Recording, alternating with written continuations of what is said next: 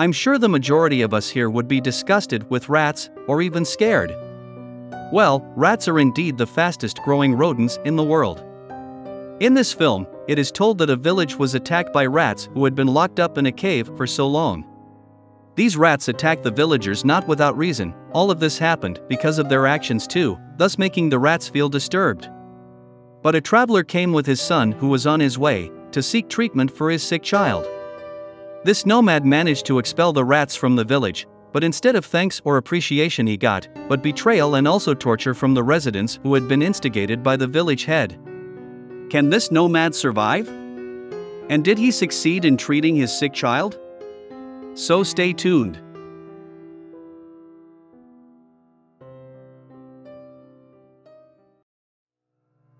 This time I will summarize a Korean horror film released in 2005 entitled The Piper, set after the Korean War in the 1950s.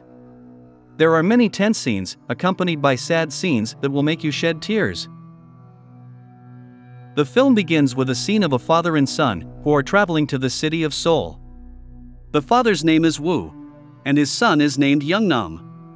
Their goal is Seoul to seek treatment for Youngnam who suffers from tuberculosis, capitalizing on the map given by the Americans.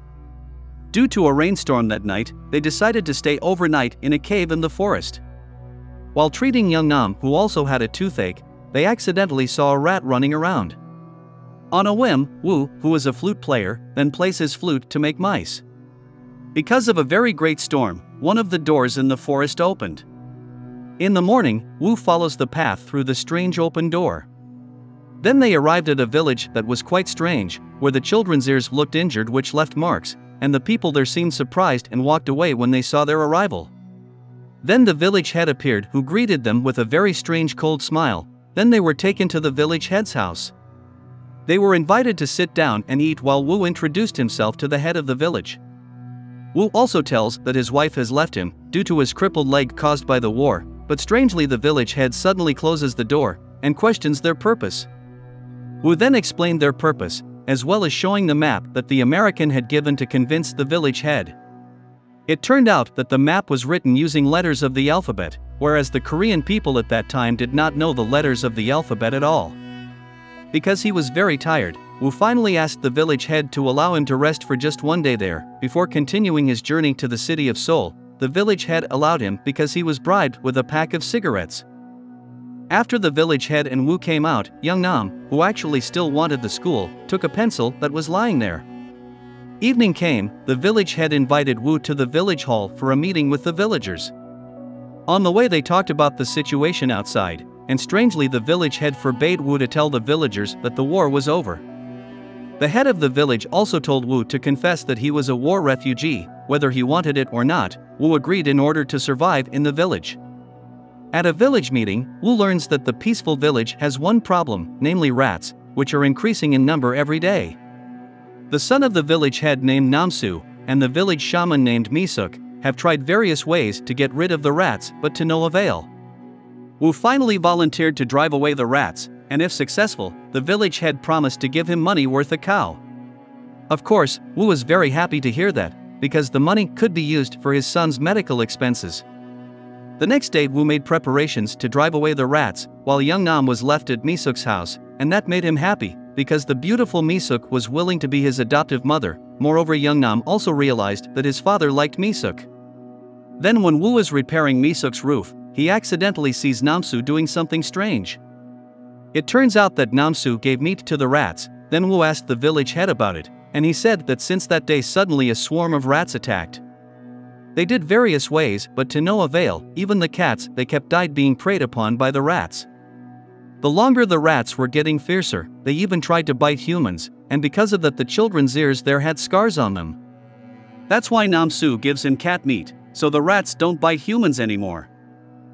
The next day Woo and his son started again with preparations to drive away the rats, starting from looking for wood, making a paper mill, to preparing a place to lock up the rats, namely the cave where they stayed overnight at the beginning of the film. They also started sprinkling yellow powder on every road from the cave to the village. At the top of the mountain, Woo burned wood and sprinkled white powder to produce smoke, which the rats hated. Because of the wind the smoke flew to every corner of the village, thus making the rats come out. The mice then followed the yellow powder they liked to the cave, but Wu did not expect that the rats moved so fast, and was worried that their plan would fail. Wu rushed to the cave, but unfortunately he fell. Luckily young Nam was aware of that. He then took the door to block the speed of the rats at a bend in the road leading to the cave. With all his might, young Nam resists the rats, but he starts to get overwhelmed. Luckily his father quickly came to help him, and when the rats had entered, Wu with all his might closed the cave door with a stone. They finally succeeded. It made the villagers who used to avoid them now immediately like them. At night, Wu and young Nam entertained the villagers by playing the flute and also the violin while dancing. This made all the villagers there very happy.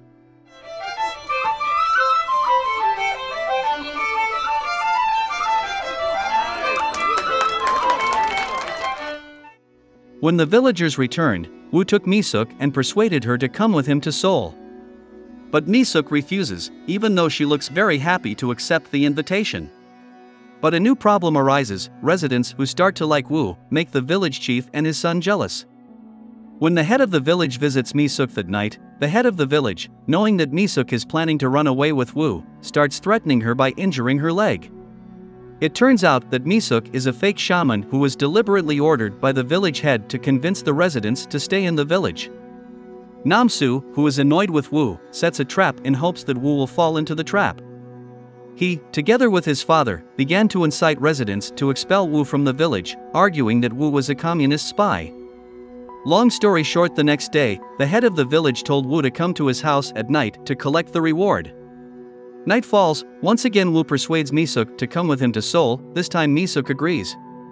Wu then asks permission to take the reward money first, but Misuk forbids him and advises him to run away from there, because the people in the village are actually the perpetrators of crimes. But because Wu believed in the village head's promise, he insisted on going there. When they got there, apparently Wu was slandered. The head of the village and his son prepared a carcass of a cat, which convinced the residents that the mice had not left there. When the innocent Wu wants to take the money, one of his fingers is cut off by Namsu. It didn't stop there. The village head unpacked Wu's bag, then showed the residents a map of the American. Meanwhile, villagers who do not recognize letters of the alphabet immediately assume that the writing is a map of a foreigner. In the end, the villagers believed that Wu was a spy. Moreover, the village head revealed that Wu intended to bring the village shaman to Seoul.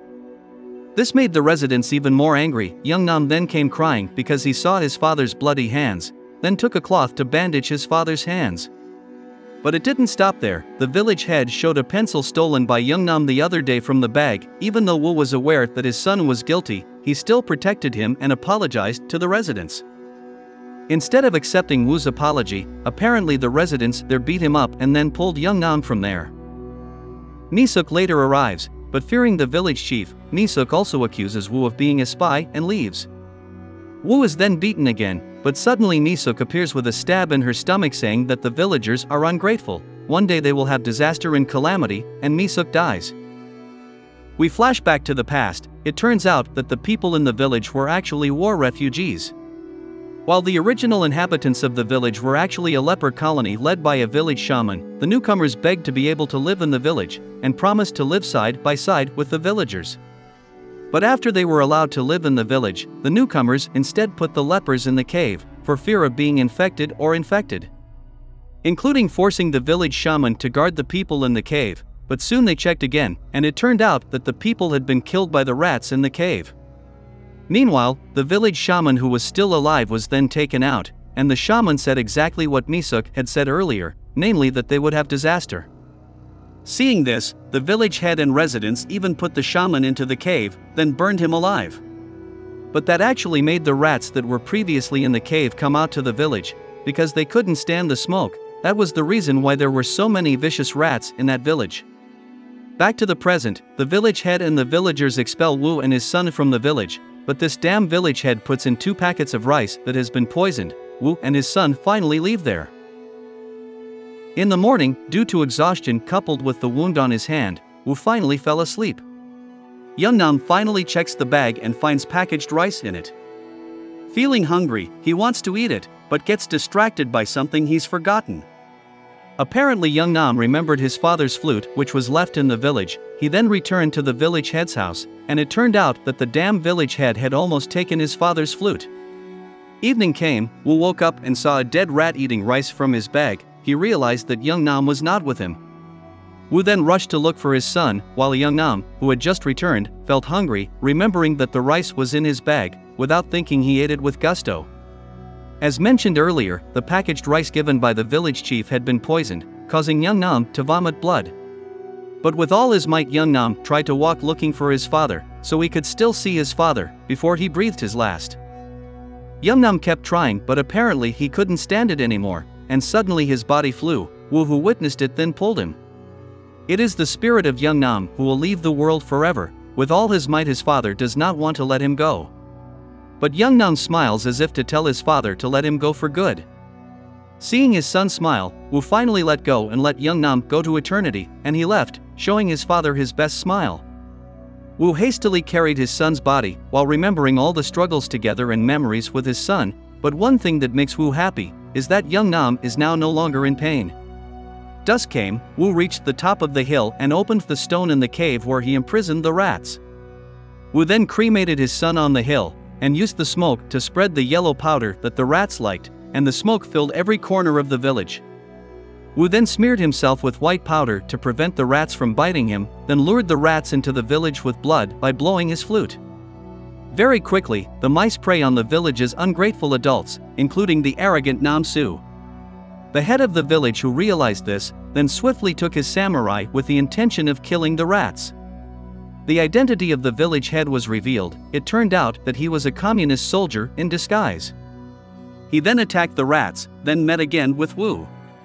Because there were so many rats, it overwhelmed the head of the village. He then climbed up using the rope, but apparently the rope had been made in such a way by Namsu to trap the rats, instead injuring him, and he died being gnawed by the hungry rats.